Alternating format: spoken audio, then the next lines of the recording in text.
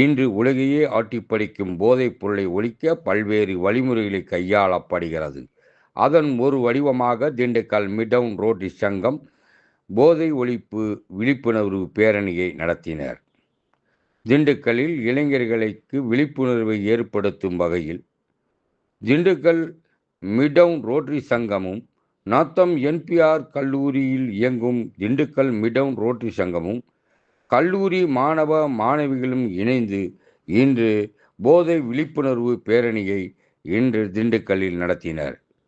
பேரணியானது திண்டுக்கல் பேருந்து நிலையம் பகுதியில் இருந்து திண்டுக்கல் நகரின் 4 ரத வீதி வழியாக இந்த பேரணி வந்தது. மீண்டும் பேரணியானது திண்டுக்கல் வடக்கு காவல் நிலையம் அருகே முடிவுற்றது.